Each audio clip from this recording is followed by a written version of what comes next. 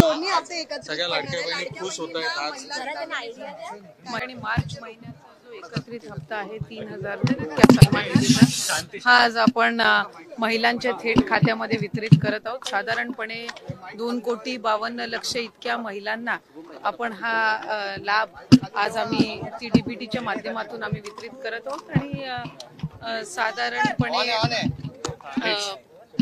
या औचित्यासाठी आम्ही या दोन्ही महिन्याचा लाभ आज महायुतीच्या सरकारच्या माध्यमातून राज्याचे मुख्यमंत्री आणि दोन्ही उपमुख्यमंत्री यांच्या सूचनेनुसार आज सुरुवात केलेली आहे। काही महिना असा नाहीये की ज्या महिन्यात महिलांना लाडक्या बहिणीचा हप्ता मिळाला नाहीये। डिसेंबर महिन्यामध्ये सुद्धा आचारसंहिता संपल्यानंतर झालेला आहे, जानेवारी महिन्यामध्ये सुद्धा वितरित झालेला आहे, फेब्रुवारी महिना आणि मार्च।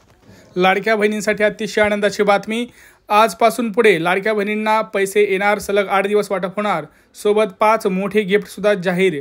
लाडक्या बहिणींसाठी मोठा निर्णय घेतला उपमुख्यमंत्री एकनाथ शिंदे यांची मोठी घोषणा। मोठा निर्णय घेतला, उशीर झाला माफ करा, परंतु आता उशीर झाल्यामुळे तुम्हाला 2 ते 3 गिफ्ट सुद्धा वाटप होणार आहेत। पहिलं गिफ्ट बघा, लाडक्या बहिणींना 2400 रुपये हे 3 गॅस सिलेंडरचे वाटप सुरू होणार आहेत। तुम्हाला 3000 रुपये तर मिळणारच एप्रिल आणि मेचा, सोबत गॅस सिलेंडर, सोबतच तुम्हाला जो एप्रिलचा हप्ता आहे 10वा तो 2100 रुपये हा मंजूर होतो का नाही हे बघायचं आहे, नाहीतर आपल्याला 3000 रुपये येतील। तिसरं म्हणजे आपल्याला भांडे मिळणार आहेत, 30 प्रकारचे भांडे लाडक्या बहिणींना येणार आहेत, परंतु ह्याच्यासाठी काही नवीन अटी व नियम हे आता नियमावली लावलेली आहे, ते सर्व आपण जाणून घेणार आहोत। कारण स्वतः उपमुख्यमंत्री एकनाथ शिंदे, आदित्य तटकरे मॅडम यांची आत्ताच झालेली सभेमध्ये मोठी बैठकीमध्ये मोठे 5 निर्णय घेण्यात आलेले आहेत। 5 नवीन नियम हे तिथे जोडले गेलेले आहेत। तुम्हाला पहिला नियम सांगतो, तो म्हणजे आधार कार्ड नियम आहे, ज्याच्यामध्ये भरपूर लाडक्या बहिणी ह्या पास होतील, परंतु सगळ्यात महत्त्वाचं म्हणजे काही लाडक्या बहिणींना पैसे येणार नाही, इथून पुढे त्यांना बंद होतील। दुसरा जो महत्त्वाचा मोठा निर्णय या बैठकीमध्ये घेण्यात आला तो म्हणजे KYC संदर्भातला नियम। मी तुम्हाला एक एक करून पुढे डिटेलमध्ये सांगणार आहे। तिसरा जो नियम आहे तो मोटार वाहन, आता मी तुम्हाला थोडक्यात सांगतोय, पुढे आपण डिटेलमध्ये माहिती घेणार आहोत, कारण खूप महत्त्वाचा हा नियम असणार आहे। त्याच्यावर तुमची यादीत नाव आहे की नाही हे तुम्हाला सांगणार, आणि यादी कुठं बघायची, यादीत नाव कसं चेक करायचं, नसेल तर ते कसं आणायचं, यादीत तुमचं नाव कसं जोडायचं, ह्या सगळ्या तुम्हाला गोष्टी सांगतो। इन्कम टॅक्सबद्दल सुद्धा नियम आहे। आणि सगळ्यात सर्वात महत्त्वपूर्ण निर्णय म्हणजे कोणत्या बहिणींना कोणत्या दिवशी पैसे येतील किंवा कोणत्या जिल्ह्यात कधीपासून वाटप होणार ह्याच्या संदर्भात सुद्धा मोठी आता चर्चा झालेली आहे। बघा, सर्व लाडक्या बहिणी एकाच आता प्रतीक्षेत होत्या, तो म्हणजे आपला एप्रिलचा हप्ता, आणि एप्रिलचा हप्ता हा सुरू झाला। लाडक्या बहिणींना 22, 23, 24, 25 असे 4 दिवस जे वाटप आहे ते होणार आहे। पूर्ण आठवडाभर हे वाटप असल्यामुळं आता जो चेक आता बँकेत सबमिट केला आहे त्याच्यामुळे सरकार निश्चिंत आता निवांत झालेलं आहे, कारण सरकारचं मागचं जे काही अर्ज पडताळणीची प्रक्रिया होती ती आता शक्यतो पूर्णतः आपल्याला फळाला गेलेली आहे। आणि भरपूर लाडक्या बहिणींना जे मागचे हप्ते आले नव्हते ते सुद्धा त्यांना भेटणार आहेत। कोणत्या जिल्ह्यापासून होणार हे मी तुम्हाला सांगणारच आहे, परंतु चॅनलवरती नवीन असाल तर चॅनलला आधी सबस्क्राईब करा आणि व्हिडिओ जास्तीत जास्त आपल्या लाडक्या बहिणींना शेअर करा। तुम्हाला आधी मला सांगा कमेंटमध्ये की कोणाकोणाला, बघा कमेंटमध्ये सांगा कोणाकोणाला मागचे हप्ते आलेले आहेत, किंवा कोणाकोणाला मार्च हप्ता आलेला आहे, कोणाला फेब्रुवारीचा हप्ता आला नाही, कोणाला एप्रिलचा हप्ता यायला सुरू झालेला आहे का, हे सगळं तुम्ही डिटेलमध्ये कमेंटमध्ये सांगा। आणि तुमचा जिल्हा कोणता आहे हे कंपल्सरी सांगा, म्हणजे तुम्हाला मी सांगणार आहे। कारण आज दुपारपासूनच तुम्हाला आनंदाची बातमी म्हणजे लाडक्या बहिणींना एप्रिलचा 1,500 आणि मेचे 1,500 असे 3000 रुपये त्यांच्या बँकेत खटाखट हे वाटप हे सुरू झालेलं आहे। मुख्यमंत्री उपमुख्यमंत्री एकनाथ शिंदे यांनी मोठी घोषणा करत हे सुद्धा सांगितलं की कोणत्या बँकेत पैसे देतील, तर सांगतो SBI, bank of Maharashtra, bank of India, ICICI, Axis, Kotak, पोस्टाचं खातं अशा महत्त्वाच्या बँकेमध्ये हे पैसे होणार आहे। जिल्हे तुम्हाला सांगतो, पुणे, रायगड, सातारा, सांगली, ठाणे, धुळे, जालना, अमरावती, नाशिक, रत्नागिरी, पालघर अशा महत्त्वाच्या जिल्ह्यांपासून हे जे वाटपाचा कार्यक्रम आहे तो सुरू झालेला आहे। तुम्हाला आता पुढे 8 दिवस हे वाटप सुरू राहणार आहे आणि टप्प्याटप्प्यानं याचं वितरण होणार आहे। आता मी तुम्हाला टप्प्याटप्प्यात सांगणार आहे, फक्त तुम्हाला तुमचा जिल्हा सांगायचा आहे, मी तुम्हाला टप्पा सांगतो की कुठल्या टप्प्यात तुमचं वितरण हे होऊ शकतं। फक्त चॅनलला सबस्क्राईब करा, कारण तुम्ही काय करता असे महत्त्वाचे व्हिडिओ तर बघता परंतु चॅनलला सबस्क्राईब करत नाही, त्यामुळे आधी सबस्क्राईब करा। सगळ्यात महत्त्वाचं आधार कार्ड अपडेट करून घ्या, जर आधार कार्ड अपडेट नसेल तर। दुसरी गोष्ट रेशन कार्डची KYC करा। तिसरी गोष्ट म्हणजे लाडक्या बहिणींना उत्पन्न दाखला काढून ठेवा, ह्या 3 गोष्टी खूप महत्त्वाच्या आहेत। सोबतच लाडक्या बहिणींना 2400 रुपयांचा वाटप सुद्धा लगेच होणार आहे, खटाखट पैसे लाडक्या बहिणींच्या खात्यावरती येणार आहे। आनंदाची बातमी म्हणजे निर्णय हा मोठा घेतलेला आहे बैठकीमध्ये, उशीर झाला माफ करा म्हणत त्यांनी हेही सांगितलं की ज्या लाडक्या बहिणी बाद झाल्या आहेत, ज्या आता इथून पुढे अपात्र झालेत त्यांचे मागचे पैसे आम्ही वसूल करणार नाही, जरी त्या नियमात बसत नव्हत्या आणि त्यांनी जरी मागं लाभ जरी घेतला होता तरी त्यांचे पैसे आम्ही वसूल करणार नाही, परंतु आता इथून पुढे त्यांना एकही हप्ता येणार नाही। सोबत लाडक्या बहिणींना 20 लाख लाडक्या बहिणींना घरकुल हे आम्ही मंजूर केलेलं आहे, तर अशा लाडक्या बहिणींना स्वतःचं घरसुद्धा आता सरकार हे देत आहे। भरपूर लाडक्या बहिणी ह्या चिंतेत होत्या की आम्हाला एप्रिलचा हप्ता येणार का नाही, तर टेन्शन घेऊ नका, तुमच्या मोबाईलवरती सुद्धा आता खटाखट 2 ते 3 मेसेज येऊन तुमच्या बँक अकाउंटमध्ये हे पैसे जे आहेत ते तुम्हाला टाकले जाणार आहेत. त्यामुळं निश्चिंत राहा, कुठलंही टेन्शन घ्यायची गरज नाही. स्वतः आदित्य तटकरे मॅडम हे आपल्याशी आता संवाद साधतील, कारण खूप महत्त्वाचे अपडेट्स त्यांनी आपल्याला दिलेले आहेत. तुम्हाला कुठल्या गोष्टींची काळजी घ्यायची आहे, इथून पुढे किती हप्ते तुम्हाला जमा होणार, त्यासाठी तुम्हाला काय करावं लागणार आहे का, ह्या संदर्भातली एकंदरीत माहिती सगळी आपण डिटेलमध्ये पाहणार आहोत. मुख्यमंत्री देवेंद्र फडणवीस देवाभाऊ यांनी हे सुद्धा सांगितलं आहे की आपल्याला जे घरकुल आहे ते सुद्धा आम्हाला फॉर्म भरला नसेल तर भरून घ्या. येत्या काही 48 तासात 72 तासात याचं वितरण सुरू होऊन सर्व लाडक्या बहिणींना आपल्या महाराष्ट्रभर सगळं वितरण होऊ शकतं. आता बघा, स्वतः आदित्य तटकरे मॅडम यांनी डिटेलमध्ये सगळी माहिती सांगितली आहे. व्हिडिओ संपूर्ण पहा, चॅनलला सबस्क्राईब करा. माझी लाडकी बहीण ही योजना महायुतीच्या सरकारची अतिशय महत्त्वाकांक्षी अशी योजना आहे आणि आज जवळपास 2,52,00,000पेक्षा अधिक महिलांना आम्ही दर महिन्याला हा लाभ त्या ठिकाणी पोचवत आहोत. खरं तर विरोधकांनी तर अशा पद्धतीच्या सुद्धा वावड्या उठवल्या होत्या किंवा अशा पद्धतीचा सुद्धा अपप्रचार सुरू केला होता की निवडणुका झाल्यानंतर महायुतीचं सरकार आल्यानंतर महायुतीचं सरकार ही योजना बंद करेल, अशा पद्धतीचा अपप्रचार त्यांनी सुरू केला होता. खरं तर त्या अपप्रचाराला कुठेही बळी पडू नये असं आम्ही सर्व लाडक्या बहिणींना आवाहन करत होतो. आणि आज खऱ्या अर्थानं महायुतीच्या सरकारच्या वतीने आदरणीय अर्थ व नियोजन मंत्री उपमुख्यमंत्री अजितदादांनी आपला कारकिर्दीतला 11वा अर्थसंकल्प सादर करत असताना लाडक्या बहिणींच्यासाठी मुख्यमंत्री माझी लाडकी बहीण या योजनेसाठी जवळपास 36,000 कोटींची तरतूद ही त्यांनी यंदाच्या वर्षासाठी केलेली आहे. आणि निश्चितपणाने ही करत असताना ही योजना कुठेही बंद होणार नाही. जो प्रचार विरोधकांकडून करण्यात आलेला होता की डिसेंबर महिन्यानंतर या योजनेचा लाभ मिळणार नाही, या उलट जानेवारी असेल, त्याचबरोबर फेब्रुवारी आणि मार्च महिन्याचा एकत्रित असा लाभ याचं वितरणसुद्धा आम्ही 2 दिवसापूर्वीच सुरू केलेलं आहे. आणि लाडक्या बहिणींच्या खात्यामध्ये फेब्रुवारी महिन्याचे 1500 हे त्या ठिकाणी 2 दिवसातच पोचलेले आहेत आणि मार्च महिन्याचे 1500 सुद्धा ते पोचवण्याचं कामसुद्धा प्रगतीपथावर आहे.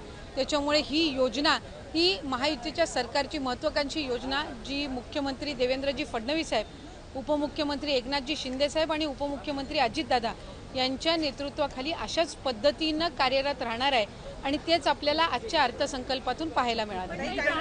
स्पेसिफिक प्रश्न आहे की 1,500 रुपये की 2100 रुपये नेमकं महिलांना किती रुपये मिळणार आहेत या लाडकी बहीण योजनेच्या माध्यमातून? कारण विधानसभेपूर्वी आपला जो जाहीरनामा होता त्याच्यामध्ये 2100चा उल्लेख होता. त्यामुळे स्पेसिफिक प्रश्न मला आपल्याला आवर्जून त्यानिमित्ताने आणि आपल्या माध्यमातून सर्व आमच्या लाडक्या बहिणींना त्या ठिकाणी सांगायचे की राज्याचे मुख्यमंत्री देवेंद्रजी फडणवीस साहेब आणि आमचे दोन्हीही उपमुख्यमंत्री असतील, मंत्रिमंडळातील सर्व आम्ही त्या ठिकाणी मंत्री महोदय असो, आम्ही सगळ्यांनी सुरुवातीपासूनच ही योजना अधिकाधिक यशस्वी पद्धतीनं राबवण्याचा प्रयत्न हा केलेला आहे. पुढेही आम्ही त्याच पद्धतीनं हा प्रयत्न करत राहणार. 1500चा हप्ता हा महिलांच्या थेट खात्यामध्ये निवडणुकीच्या नंतर सुद्धा जवळपास 3 ते 4 हप्ते हे महिलांच्या खात्यामध्ये आज वितरित झालेले आहेत आणि त्याची प्रक्रिया सुरू आहे. अशाच पद्धतीने ही योजना पुढेही सुरू राहणार आहे. 2100च्या बाबतीतली जी भूमिका आहे ती राज्याचे मुख्यमंत्री देवेंद्र फडणवीस साहेबांनी, अजितदादांनी, शिंदे साहेबांनी सुद्धा वेळोवेळी मांडलेली आहे. एखादी महत्त्वाकांक्षी योजना ज्या वेळेला आपण आणत असतो त्यावेळेला त्याचा योग्य तो निर्णय राज्याचे मुख्यमंत्री आणि महायुतीचं सरकार ज्या वेळेला घेईल त्यावेळेला विभागाच्या वतीने आम्ही ते निश्चितपणाने या ठिकाणी घोषित करू. आज 1500चा लाभ देत असताना सुरुवातीला तर विरोधक म्हणायचे की हे 1500 पण तुम्हाला मिळणार नाहीत, पण त्यानंतर आम्ही ही योजना यशस्वीरित्या राबवली.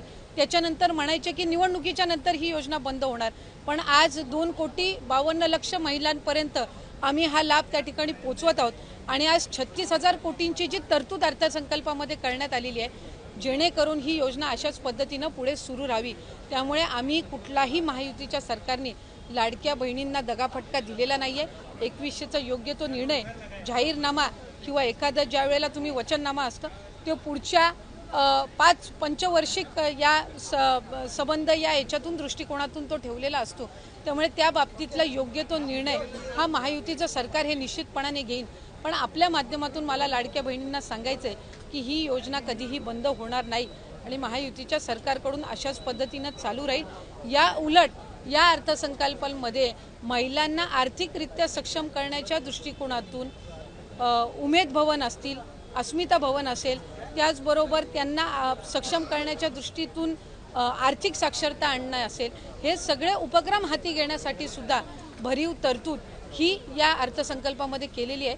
त्यामुळे महिलांना अधिकाधिक सक्षम करण्याच्या दृष्टिकोनातून आम्ही काम करत आहोत.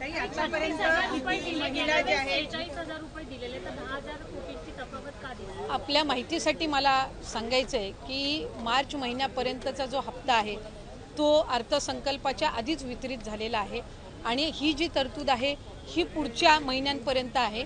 डिसेंबर महिन्यांमध्ये ज्या वेळेला ही जी केलेली तरतूद आहे या पलीकडे जर आपल्याला लाभासाठी तरतूद करावी लागली तर डिसेंबरच्या अधिवेशनामध्ये ती निश्चितपणाने करण्यात येईल. 36,000 कोटींची तरतूद जी आहे पहिले वर्षाचे 3 महिन्याची तरतूद ही आधीच उपलब्ध करून दिलेली आहे. आता राहिले तुमचे 9 महिने आणि मग त्याच्यानंतर डिसेंबरच्या अधिवेशनामध्ये जर पुढच्या 3 महिन्यासाठी लागली तर त्या पद्धतीनं ती पुरवणी मागण्यांमध्ये केली जात असते.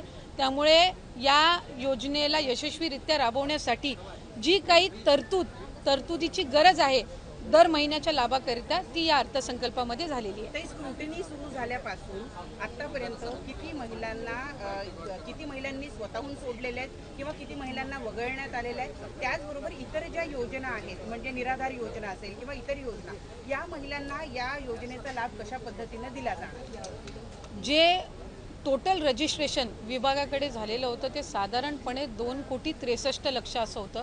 पण हे जुलै ऑगस्ट महिन्यापासूनचं होतं आणि जुलै ऑगस्ट महिन्यापासूनच स्क्रुटिनीची जी प्रक्रिया आहे ती त्या ठिकाणी सुरू आहे आणि पात्र महिला ज्या आहेत, लाडक्या बहिणी ज्या आहेत त्या साधारणपणे 2,52,00,000 2,53,00,000 इतके त्या ठिकाणी असतात. आधार सीडिंग ज्यांचे अकाउंट झालेले आहेत त्यांना दर महिन्याचा लाभ वितरित होत असतो. नमो शेतकरी योजनेचा जे लाभ घेतात त्यांना नमो शेतकरीचे 1000 आणि मग वरचे जे 500 आहेत ते त्या ठिकाणी लाडक्या बहिणीच्या या तरतुदीतून मिळत असतात.